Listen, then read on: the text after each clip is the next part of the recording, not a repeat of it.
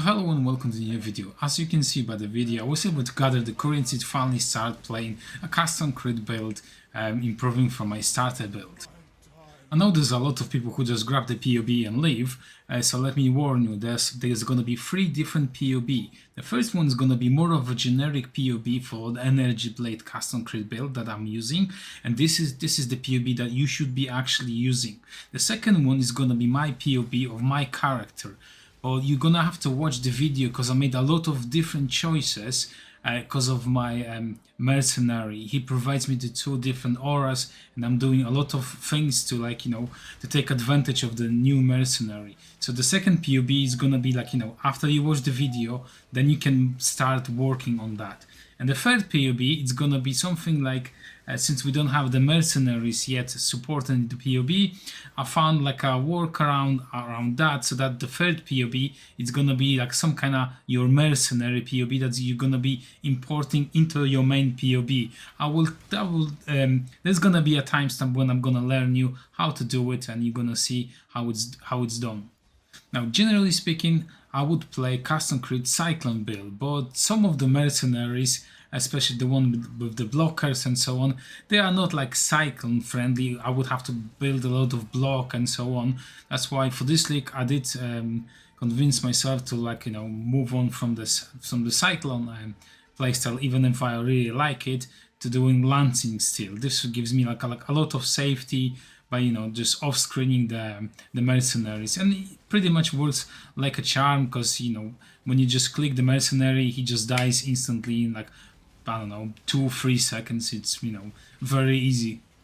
So how's the Energy Blade looks like with the pricing? Probably some of you is gonna have a question. I would say in this league, relatively, the Energy Blade, it is expensive. Even if you want to do the budget version, let's call it like that, do some kind of adjustment to the build, not using the split personality, strength and int. Currently, as recording the video, costs around 70 divines per jewel. That's a little bit too much. In the past leagues, used to cost about 5 divines. So yeah, I would say even for the first POB, if you don't see in your inventory are about 25 divines, and you have a build at least that you can farm and buy the items, and once you get all of the items, then you can respec your character, I wouldn't be trying to even do the Energy Blade. Of course, the prices of the items probably, once the league goes on and on, is gonna drop down, so the build will drop down with the price. But let me just warn you, watch out, 25 divines, don't even try to attempt it, because you're gonna have problems. And my second POB is not yet even min-max. I'm missing the Forbidden Flame and Forbidden Flesh Jewel. They are currently absurdly expensive. It's 20 divines per one, so that's a massive amount of currency, but I will still get more damage on from those 2 jewels. So you can actually improve this build a lot before even you start trying to attempt going into Mage Blood. If you're wondering how did I manage to scrape the 25 divines just to start the Energy Blade, I will link in the description my SRS build, and that build I was actually able to afford this build and improvement. Now, so let's start with the Mercenary, because something you have to understand when I'm gonna be showing the gear choices and so on. Why did I make those choices? Firstly, my Templar is quite good because I get a free Zealotry that I don't have to put on my aura, and I have a Wrath. So that's 2 big auras that gives me a lot of damage, then I don't have to have them. So that's a massive damage increase over here. Generally speaking, my Templar pretty much doubles my damage. So that's why I'm building around him, being more of a support role. Now with the items, this is pretty much massive damage increase. That's what you have to know about this. And I have a Surging Vitality anointment. I don't know if necessarily this is the best anointment. I just have it. He doesn't die, so that's good. Maybe there's something better. So be you might just pick something different. Obliteration, just every now and then some kind of explosion. This is put whatever you want over here. The helmet gives me increased elemental damage. It's like, it just does like a aura. I don't know exactly what's the aura range, but just gives me some extra damage. Again, this is not necessary. I have 2 rings just to cap his resistance, and that's pretty much it. The belt just converts some physical damage into the fire. This helps me at mitigating the physical damage. That's great. The belt is quite cheap. The gloves, explodey mod, like, great. Helps with a lot of clearing. Boots, they give me additional cures because I'm already applying mark, so the mercenary needs additional cures just to apply, the temporal chain, and then we have like the explosions. And the shield just increases the auras that I have, or I mean the auras that the mercenary provides. I mean them too. So overall, the mercenary provides a lot of damage to me, and I'm building around him. So here's the POB. I'm gonna show you how I'm importing my mercenary by doing some kind of small shenanigans, right? So I'll go over here, and this POB is gonna be provided to you. So this jewel just negates like the negative resistance from the Kitava, because obviously there's no mercenaries in the POB yet. So I'm just using a scion over here, just to like zero out the resistance, and then you can balance the resistance around your mercenary. And I have like obliteration, the shield, everything that you did see in the mercenary timestamp. So now what you have to do, you go over here to import export over here. You have to click here to export support, so you have to tick it. Then you do generate, you do copy over here, you go back to your POB over here, then you go party, you paste that POB, make sure to tick that support, and you do import. And then you're getting all of the buffs that the items that the mercenary items are providing.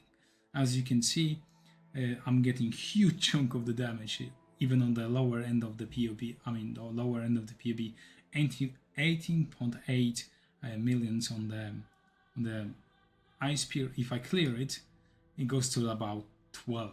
So you're getting huge chunk of damage from those items from the mercenary.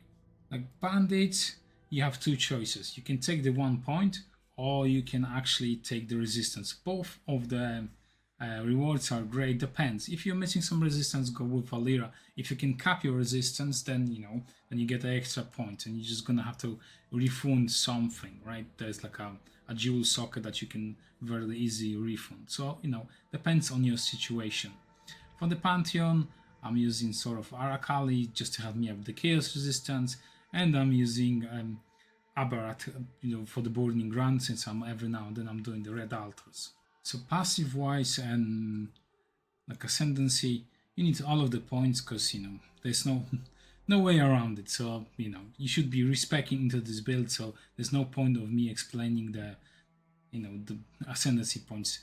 That's what you have to have, and and let's move on. Like you need to find yourself a brutal restraint with Babala. That's gonna give you the traitor, and you're gaining 4 charged flask for everyone missing, right? Since I'm missing 2 flask, so I'm getting like double of that thing. And then what I have else, I have some crit chance over here. There's crit chance over here, and I have some extra dexterity. So that gives me a little, a bit of a crit chance. But most important is to take the Babala, the captain, to be brutal restrained, and have the traitor over here. That's the most important. The crit chance are nice, but they are absolutely not necessary.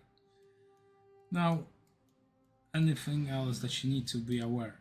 Now, there's like, depending if you can get on your items the reduced crit chance, there's like a lot of masteries, like the armor mastery over here.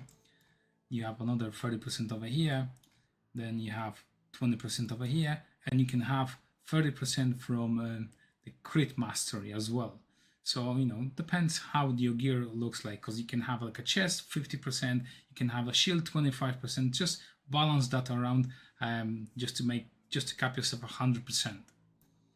Another thing that I would like to say is like the int. I'm sorry, the int and strength, split personality are super expensive, right? I paid for mine 15 divines.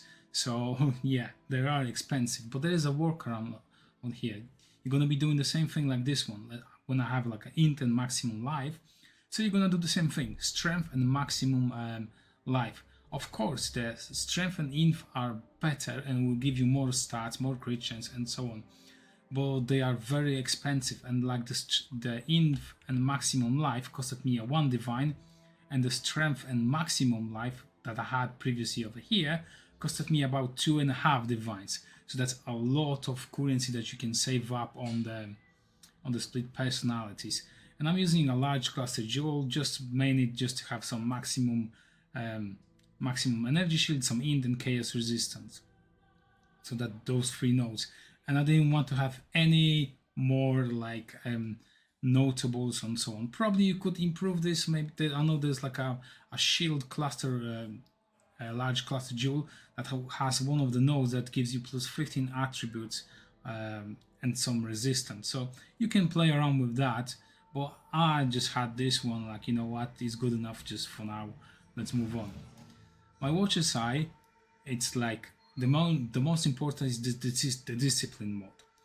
The anger and and the lightning and leeches are fine because I can save up 2 points over here, so I don't need it. But the most important, and let me just emphasize this again, is the discipline mode. Without that mode, you're gonna be having such a low rate of leech, and you're gonna be dying. Once you get the discipline mode, everything starts changing, and the leech feels great because you're hitting a lot.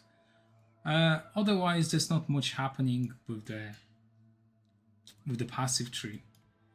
Flask are very important in this build. Firstly, you're gonna be using coruscating elixir, and you're gonna be crafting yourself reuse at end of the flask effect. What you're gonna be doing at start of every single map, you're just gonna be pressing free flask, and they're just gonna be refreshing themselves. Most of the time, you're not gonna have to worry about them, and they're gonna be doing this automatically.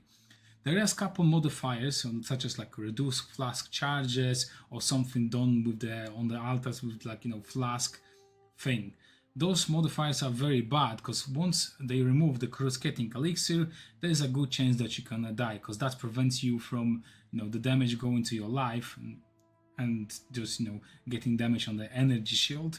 That's why you need the coruscating elixir working all the time. The next one is I have reduce cures effect on the topaz flask, and this is absolutely needed and recommended, because the more cures effect you have, and I have some from the Pantheon as well, then if you see some kind of elemental weakness, temporal chain, that doesn't bother you and you can just ruin that map. The next one is like reduce a charge used just like the topaz and have additional elemental resistance.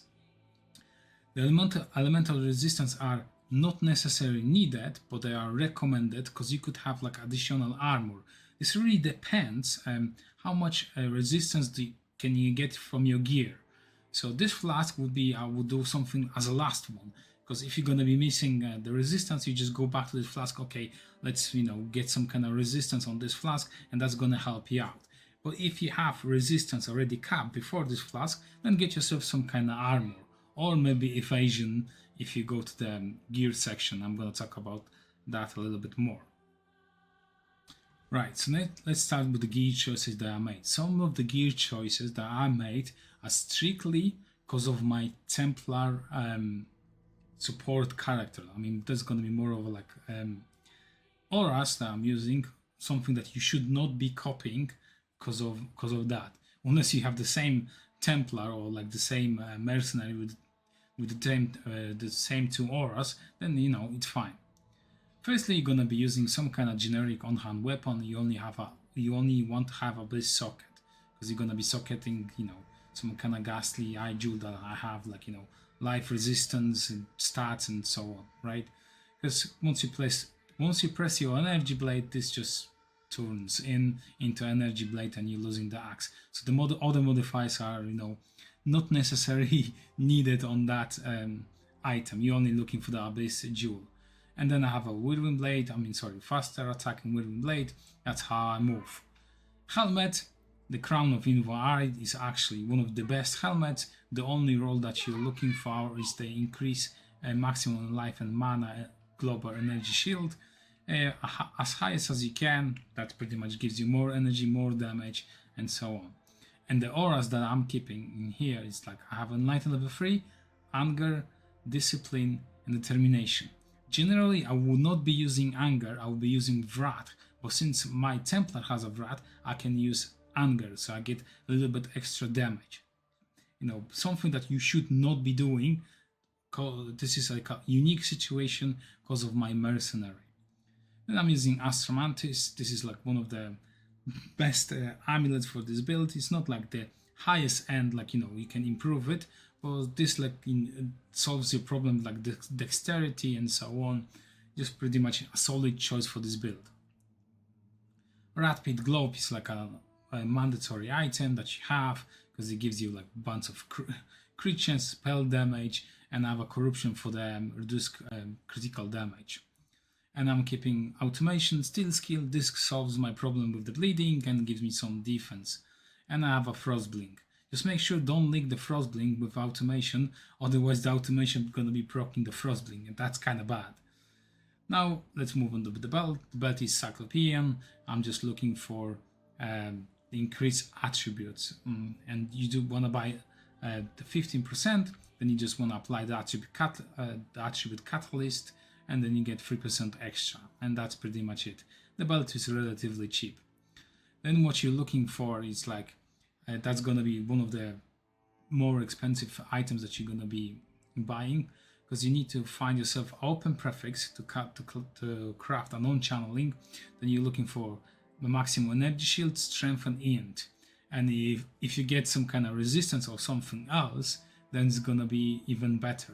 My second ring is the same thing: strength, int, maximum energy shield, and I have actually a resistant and non-channeling, and I slammed myself a Crusader that increases the spell damage. That gives me just a little bit damage. Then for my gloves, I'm using a Shaper Touch gloves.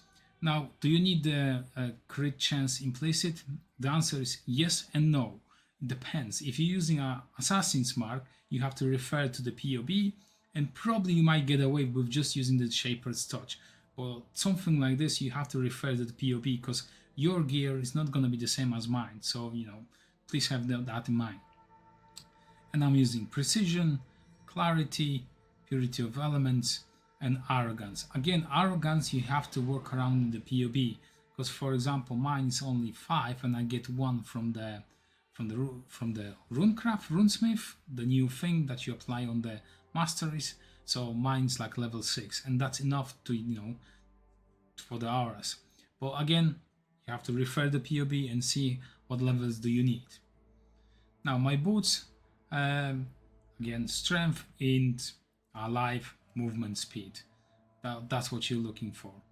If you want to buy like, you know, more of like a budget version, I would go with strength, int, movement, speed.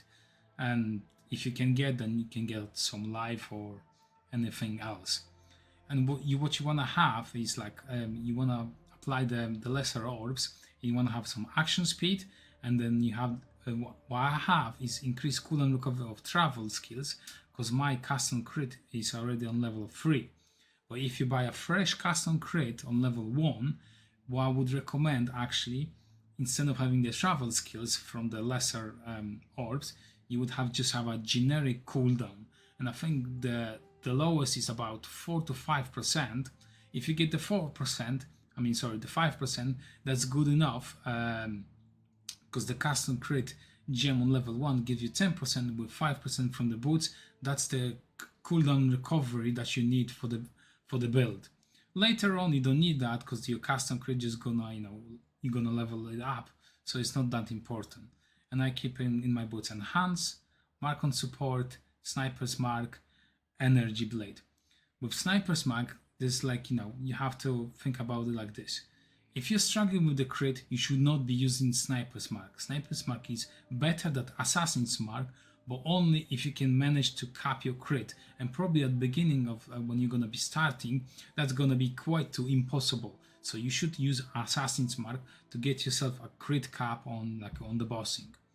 So that's something that you have to like, you know, work around the POV.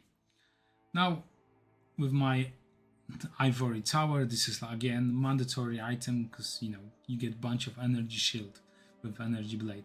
And I'm using Ice Spear of Splitting, I'm using Lancing Steel, Awaken Custom Crit, Inspiration, Spell Blade, and crit damage. While you're bossing, you can actually replace the Ice Spear of Splitting with Blazing Salvo, because the Blazing Salvo has like way more damage.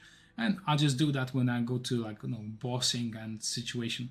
While I'm mapping and I'm like killing the mercenaries, Ice Spear is good enough. I don't need anything more.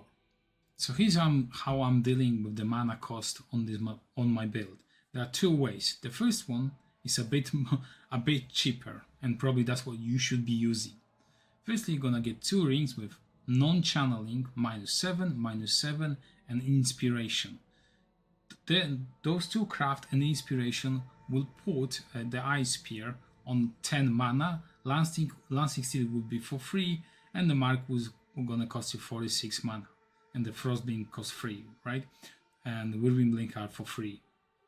So there's not much of a problem because I'm using the Clarity level 21, and that's just gonna regenerate enough mana that you're never gonna see the problems with mana when you're gonna be spamming the Ice Spear on your Mark.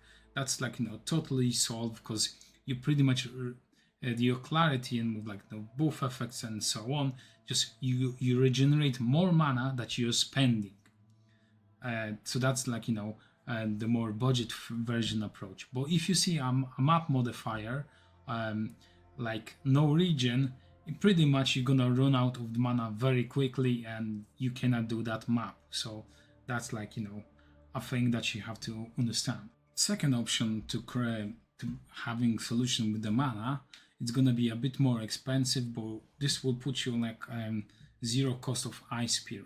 I think Blazing Salvo costs a little bit more, so you would not have like no Blazing Salvo for free. But what you have to do is -7 one ring, -7 another ring, then you need Inspiration, and then you would have a perfect Watcher side that gives you non-channeling spells -10, and this will put you into a 0 cost of Ice Spear. But that's like a super very expensive thing to do, because you would have to find a really good Watcher's Eye and then probably divine it or buy it as a perfect Watcher's Eye. Probably it's gonna be very expensive. I would not recommend that.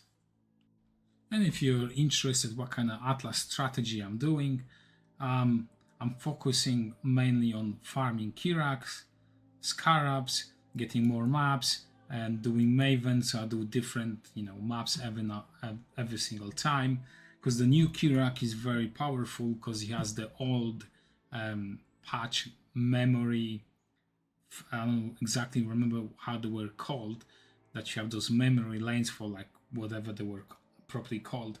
And I'm just, whenever I get Copper Kirax mission and I have those scouting reports, I just go here and go to Kirax, and I'm trying to look for the blue implicit, like this one over here. But what I'm trying to focus is on Harvest and on Bestiary, because those two are the most profitable, you know, because they give like a lot of good beasts, such as like rerolling the Synthesize Implicit, rerolling the Watcher side, and so on. So what I'm just gonna, whenever I get some like, you know, scouting reports, I'll just click it. Abyss is gonna give you a little bit like the corrupted currency, so if you want, you can do that. But then I'm looking for again Abyss, so nothing too impressive. So at this point of the video, I will say thank you for watching, and I will see you later. Bye bye.